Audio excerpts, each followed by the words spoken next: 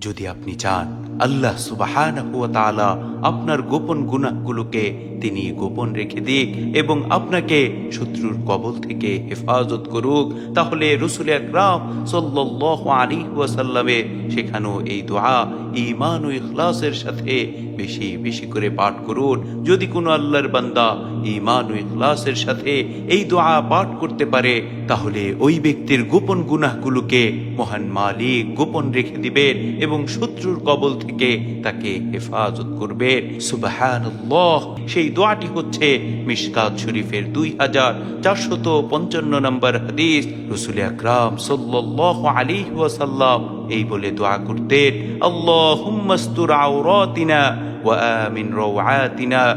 হে আল্লাহ, তুমি আমাদের গোপন বিষয়গুলো গোপনই রেখো এবং আমাদের ভীতিকর বিষয়গুলো থেকে নিরাপত্তা দান করো। সুবহানাল্লাহ।